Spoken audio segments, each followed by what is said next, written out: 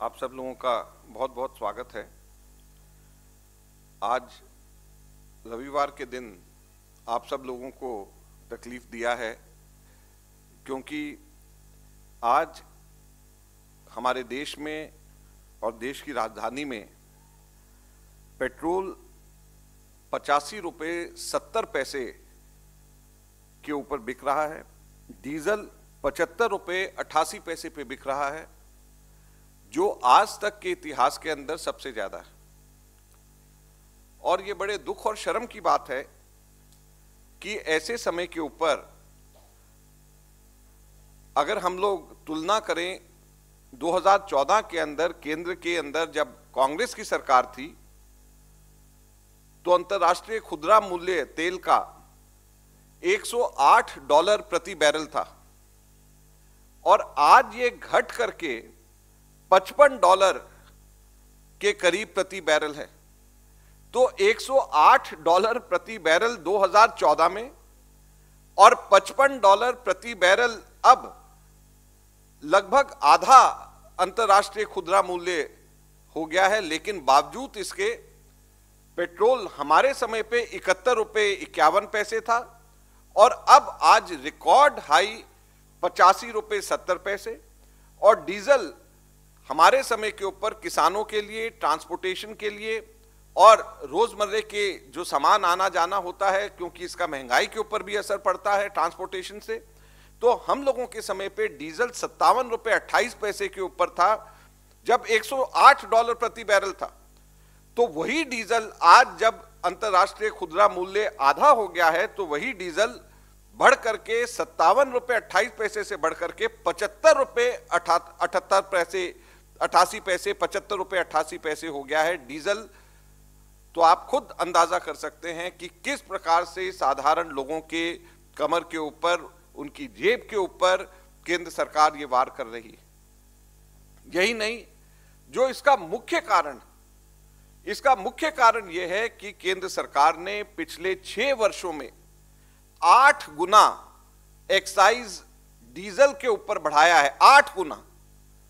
8 गुना excise diesel के ऊपर बढ़ा है और 2.5 गुना पेट्रोल के ऊपर एक्साइज बढ़ा है। तो जब 8 गुना एक्साइज डीजल पे बढ़ जाएगा तो लिहाजा अंतरराष्ट्रीय मूल्य आधा भी हो जाए, लेकिन उसका फायदा साधारण जनता तक नहीं पहुंच रहा। उसका फायदा सरकार अपनी जेब भरने के अंदर कर रही है और साधारण जनता के ऊपर अभी भी महंगाई का वार लगातार हो रहा है, जो कि नहीं होना चाहिए। जो एडिशनल एक्साइज डीजल के ऊपर अभी प्रति लीटर, जैसे मैंने कहा कि डीजल का इस वक्त 75 रुपये 88 पैसे रेट है, उसमें से 23 रुपया 78 पैसे प्रति लीटर तो डीजल के ऊपर एडिशनल एक्साइज है, जो एडिशनल एक्साइज पिछले 6 वर्ष में लगाया गया। और उसी प्रकार से पेट्रोल में 28 रुपये 37 पैसे एडिशनल इसके अंदर पेट्रोल के ऊपर एक्साइज है, जो कि पिछले 6 वर्षों में लगाया गया है। डीजल में मैं फिर बताऊं आपको कि 8 गुना ज्यादा बढ़ा दिया गया है और पेट्रोल के ऊपर 2.5 गुना आगे बढ़ा दिया गया है। इतनी बड़ी तादाद के अंदर एक्साइज ड्यूटी केंद्र सरकार ने इसमें लगाया है।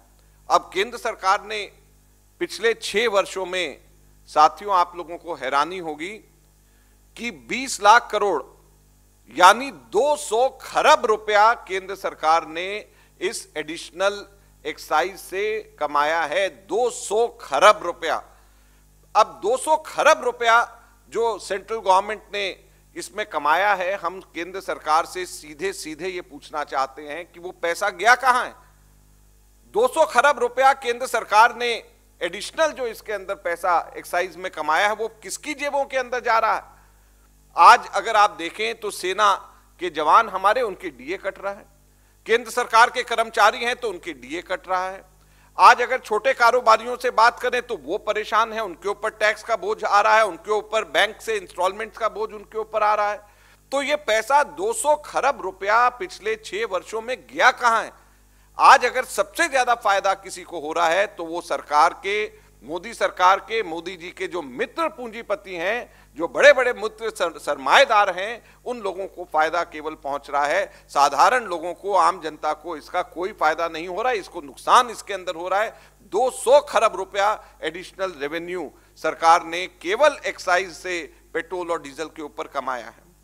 मैं आपको साथ साथ याद दिलाना चाहता हूं, एलपीजी सिलेंडर के ऊपर 12 एलपीजी के सिलेंडर्स हम लोगों के टाइम पे सब्सिडाइज रेट्स के ऊपर मिला करते थे, और एक बार बीच में जब 12 के 9 हो गए तो हाहाकार मचा दिया इन लोगों ने कि इसके अंदर जो है 9 क्यों कर दिए। 2014 में जब हम छोड़ करके गए थे तो 12 हमारे समय के ऊपर सब्सिडाइज रेट्स के ऊपर सिलेंडर्स मिला करते थे। आज वो पूरी की पूरी सब्सिडी एलपीजी के ऊपर लगभग समाप्त कर दी गई है। और आज अगर हमारे समय से तुलना किया जाए, हमारे समय के ऊपर जो सब्सिडाइज जो 12 मिलते थे सिलेंडर्स मिलते थे उसके तो बहुत कम दाम होते थे, लेकिन विदाउट सब्सिडी भी कोई भी मार्केट से सिलेंडर खरीद सकता था, बगैर सब्सिडी के भी, तो वो 414 रुपए में मिलता था। आज वो बढ़ करके लगभग 700 रुपया हो गया। तो 414 रुपया जो हमारे समय के ऊपर बगैर सब्सिडी के गैस सिलेंडर मिलता था, मैं सब्सिडी के तो 12 जो गैस सिलेंडर्स हैं सब्सिडी वाले वो अलग हैं, बगैर सब्सिडी के जो 414 रुपए का मिलता था वो लगभग 700 रुपए का हो गया। और ये बावजूद इसके कि अंतरराष्ट्रीय इसके अंदर जो गैस के प्राइजेस हैं वो कम हो रहे हैं, और ये अंतरराष्ट्रीय गैस के प्राइजेस के साथ में सीधे लिंक्ड है।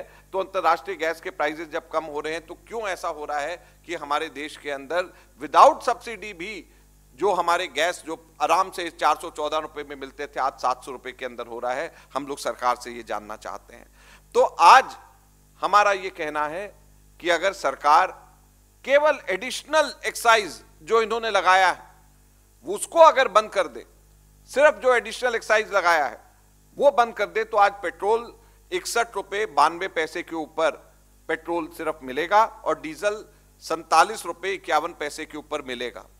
तो अगर आज केवल सरकार एडिशनल एक्साइज जो इन्होंने अपने समय के ऊपर लगाया है तो इतना बड़ा फर्क हमारे पेट्रोल और डीजल के अंदर पड़ जाएगा।